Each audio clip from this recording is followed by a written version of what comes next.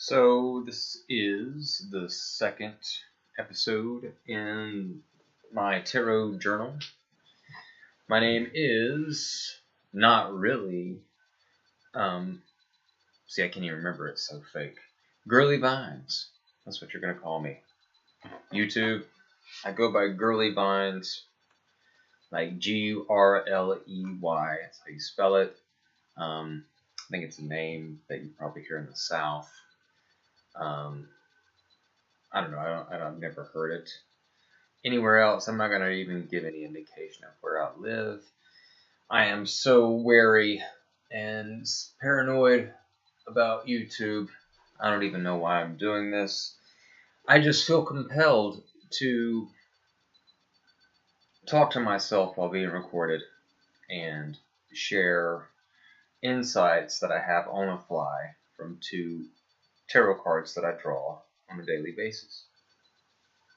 And the last video, I drew the 4 of Wands and the 2 of Cups, and the insights that I came to is that the completion of doing a thing, of planning an action and then following it through, plays into being able to love somebody in a reciprocal fashion, where it's a two-way street and everybody's benefiting from it. So, there's a book, I can't remember who wrote it, but it's about the love languages, and I believe there are 4 love languages, and one is words of affirmation. The other one is like buying somebody stuff, and the other one is like services, acts of service, and the other one is like physical touching. And those are all doing things. Those are all actions, and that should be reciprocated. And if you're not following through on some action in your relationship, say you're just allowing, you're together but not really doing stuff together, or you're doing the bare minimum or doing some things, then needless to say, there's not a reciprocation going on. And usually it's, if both people are not doing that with each other, then the only thing that would be keeping them together, and I'm going to be nodding my head back to keep the glare out of my glasses, but they'd be doing that with each other because circumstances are keeping them together. They're really bored with each other. They have no reciprocation. There's no kind of action. They're not speaking each other's love language. They're just together because they need a place to stay, or they have children together and they can't escape that situation, and they're just doing their duty as parents, even though they don't love each other anymore. And that's sad, but that does happen. And I'm proud of that conclusion that I came to in my last video, which is my first video. This is the second one.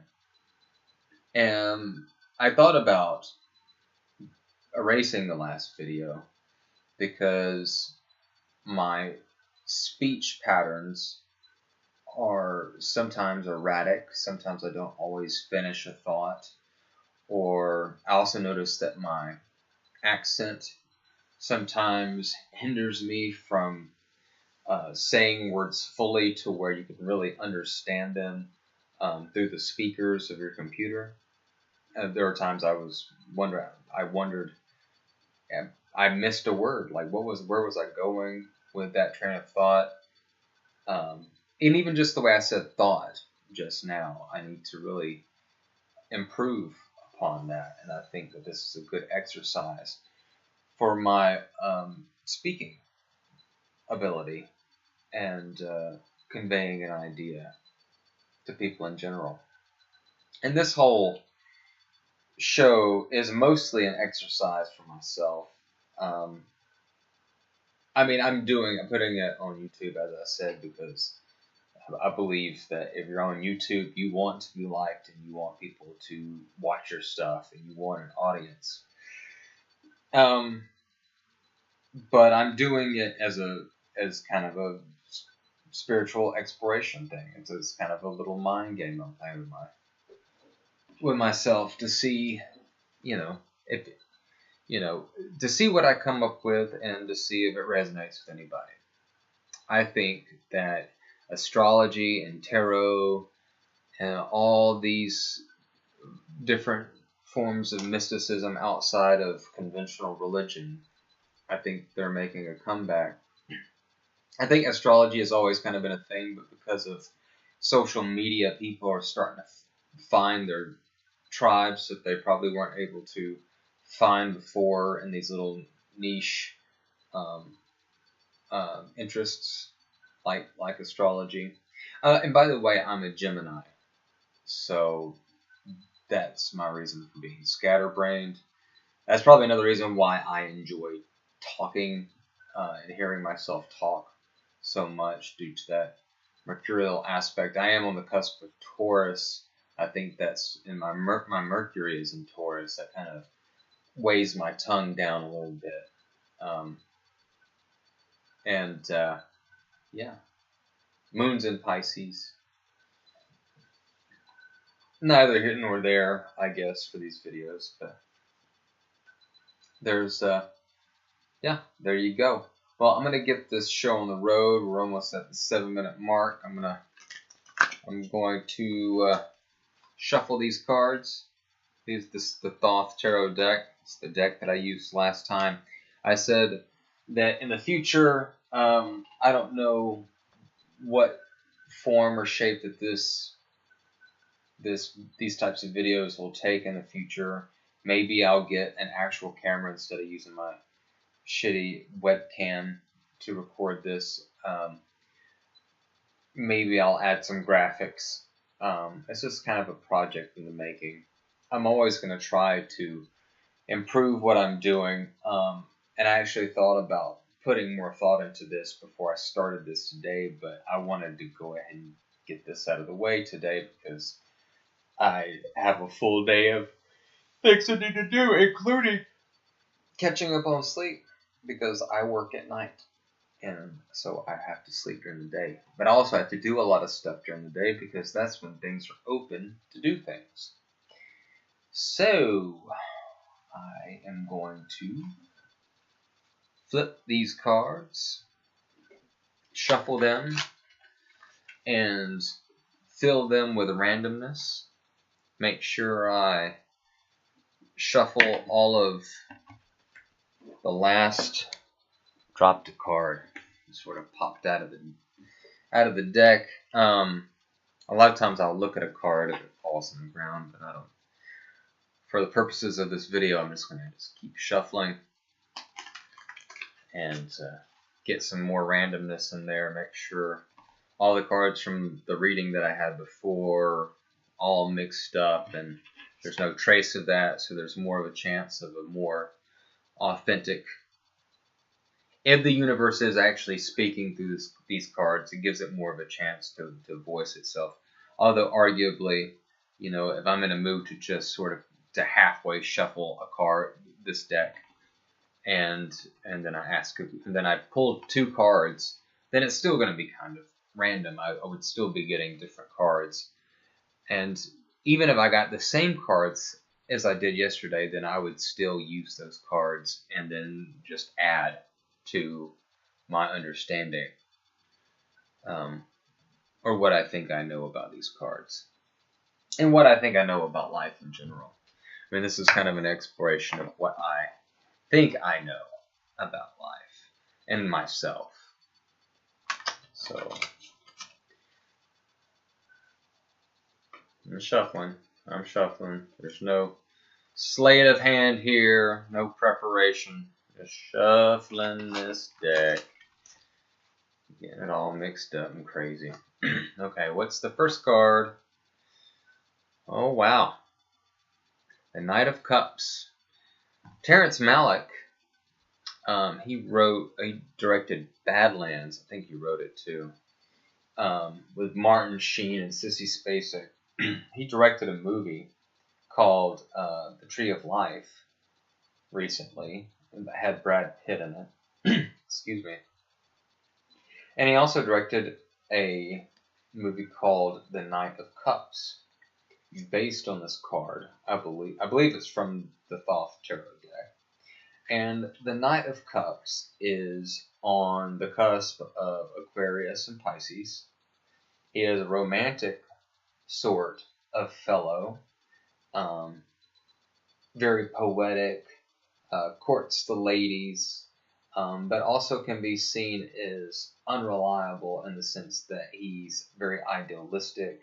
He's got his head in the clouds a lot of the time, and he's not very practical about things. He runs on passion, but it's passion without substance some of the time. He is fire of water.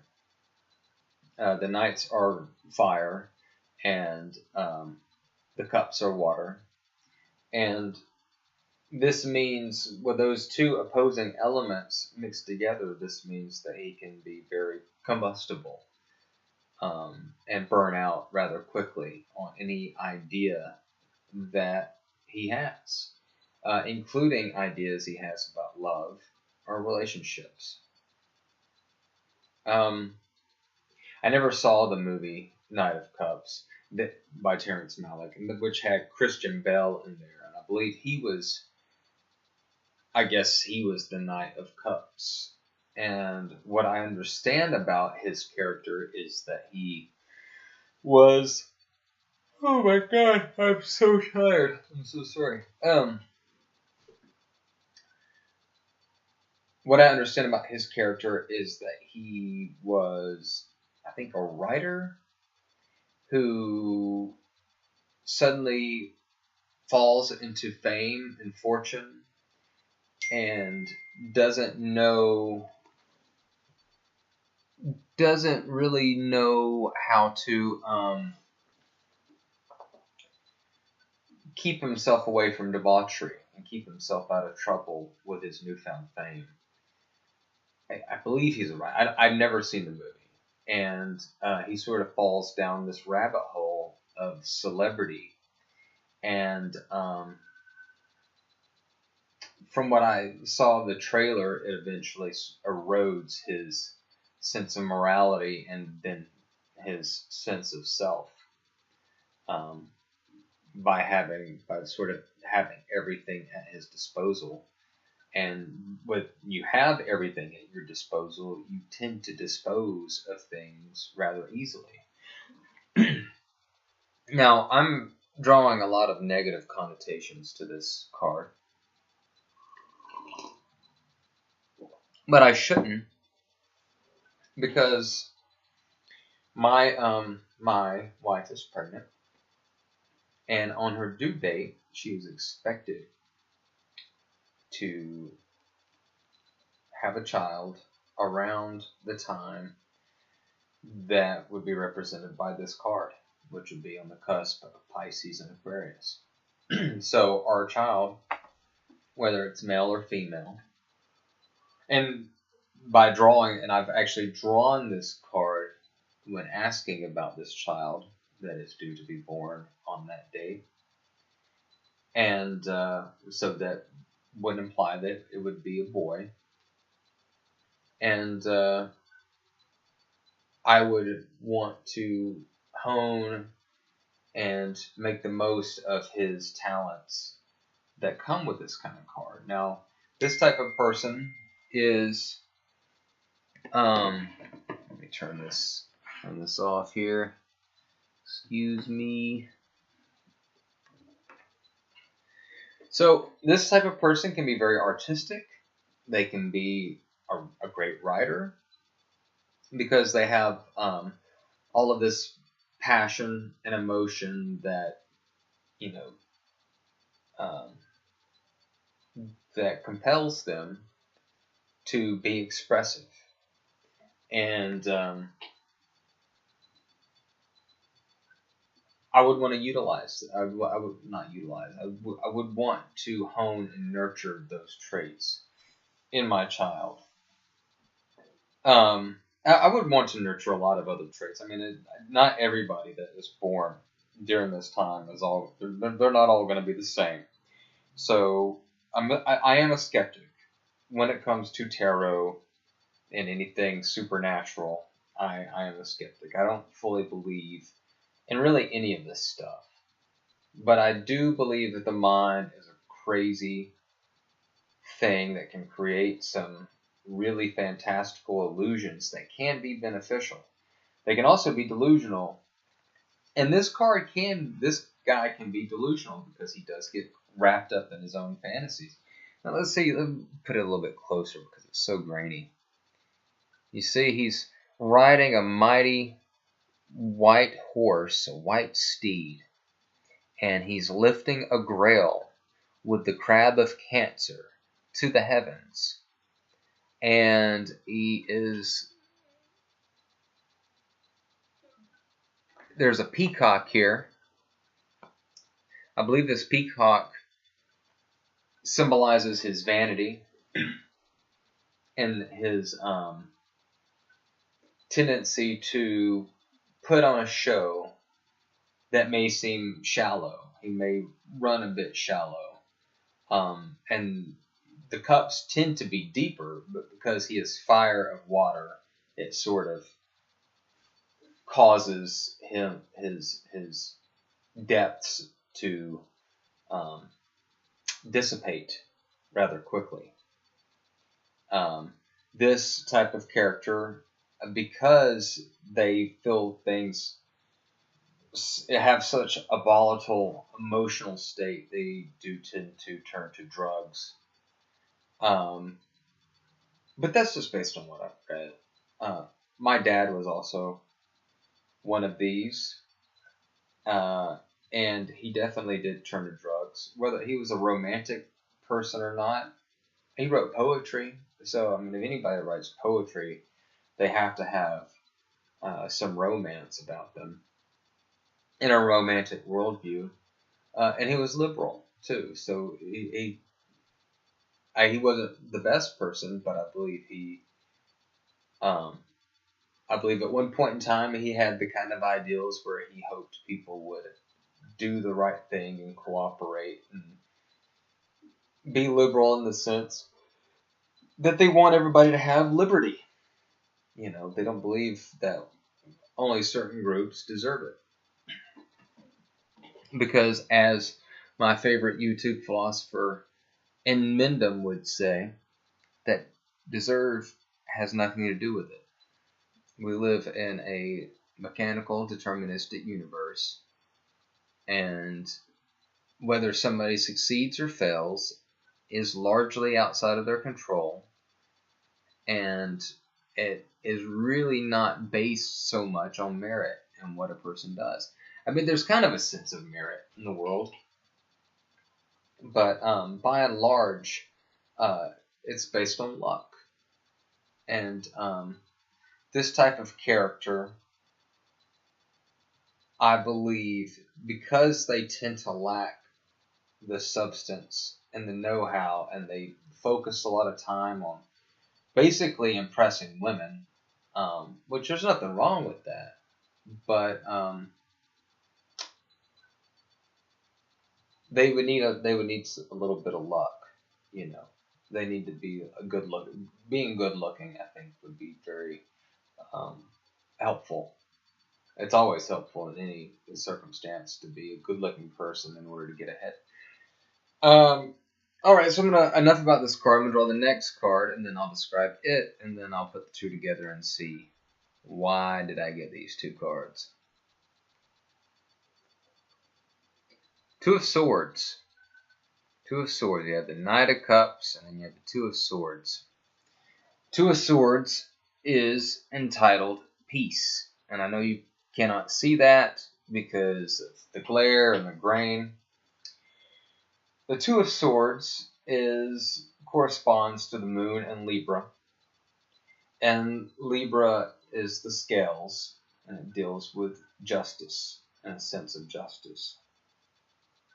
The moon deals with the realm of the emotions, how you feel things. So that would be appropriate for this card because the cups are about feelings. The swords, however, are about the intellect and the mind. And while the astrological correspondence deals with a sense of balance in the emotional realm, this card deals with a sense of... Now, because this says peace, doesn't really mean that it's like happily ever after. In my opinion, peace is really just respite from the fight. It's like even if it's just momentary, even if it's just a moment to catch your breath. The two swords, there's very much a sense of symmetry in this peace card. You see the patterns around these two swords that are symmetrically crossing one another inside the flower in the middle. It's very symmetrical. It's green and serene.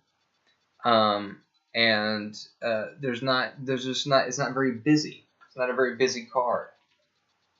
And so it's not busy, and it's kind of like taking a break. Sort of taking a break to gather your wits about your next move, and I think in the Rider-Waite deck, I think the woman is blindfolded, but we're just gonna go off of this. I know that in the Eight of Swords, there's a blindfolded woman, and maybe in this one too. Oh man, so sorry. Very tired. This video might be shorter. But, yeah, so it's basically respite from thinking about things. And then, so you can gather your thoughts and then figure out what you're going to do next. And on a grander scale, everybody talks about wanting world peace or wanting some kind of peace. A lot of times it's peace of mind, which would definitely be this card, or they want to call a truce, which some people can see as like asking for peace in a situation.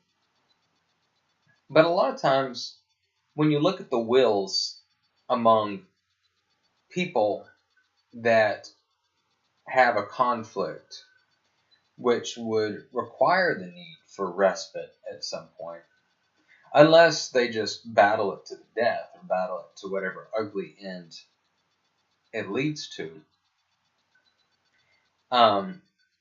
If you look at any scenario that requires peace, there's always conflict that comes before that. So peace is really just respite from conflict, and it can't be seen as the happily ever after that a lot of people think world peace is. We're never going to, for one, we'll never achieve world peace because everybody has their own idea, their own ideas, which would be the Ace of Wands, the spark of thinking. Everybody has their own ideas of how things should be run and how and where people should fit in and where to go from there. And you're always going to be crossing swords, and by swords I mean intellects and ideas. You're always going to be crossing that with adversaries and even with allies, people that can help you. You're still going to be grinding your sword against their sword. So this kind of energy of taking a mental respite crossed with the Knight of Cups and his energy of being a little this turmeric tea.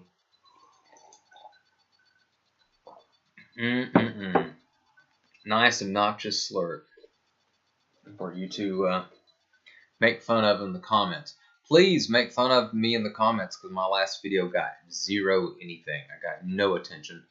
And I'm a narcissist. I need you guys to pay me attention.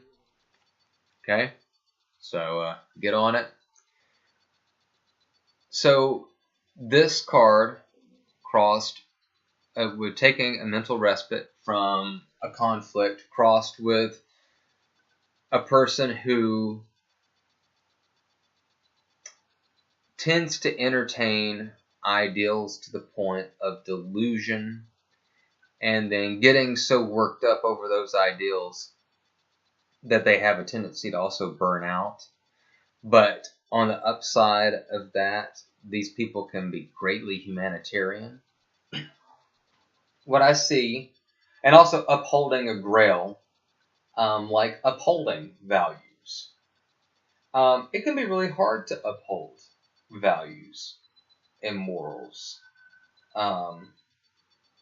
And in that regard, you're always going to be, especially in this day and age, where people get on social media, they get on comment sections or Reddit or what have you, and then they argue with people about their morality.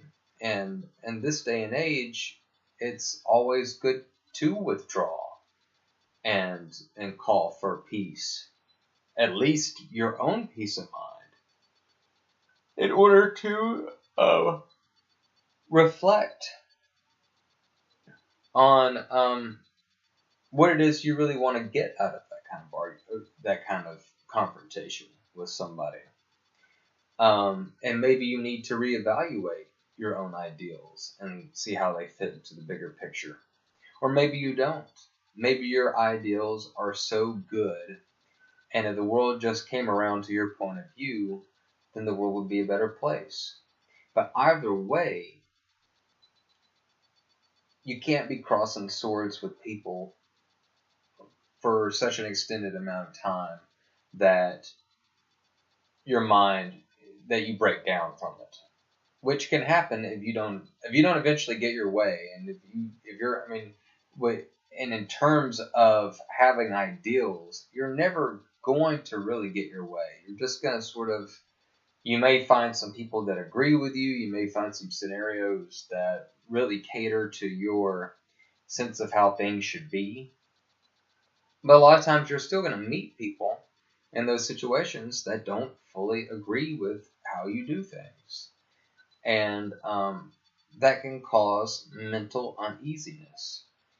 And it's good for people to meditate and to go outside, go into nature and go for a walk, or to exercise, or to play a sport, or to do a thing that can take your mind off of the basic hypocrisy of being a human. And our morality, we have to remember that the morality that these people hold up was learned. It's not something that just comes naturally to people. Morality is taught. Because if you were raised in the wild and left to your own devices, you wouldn't speak.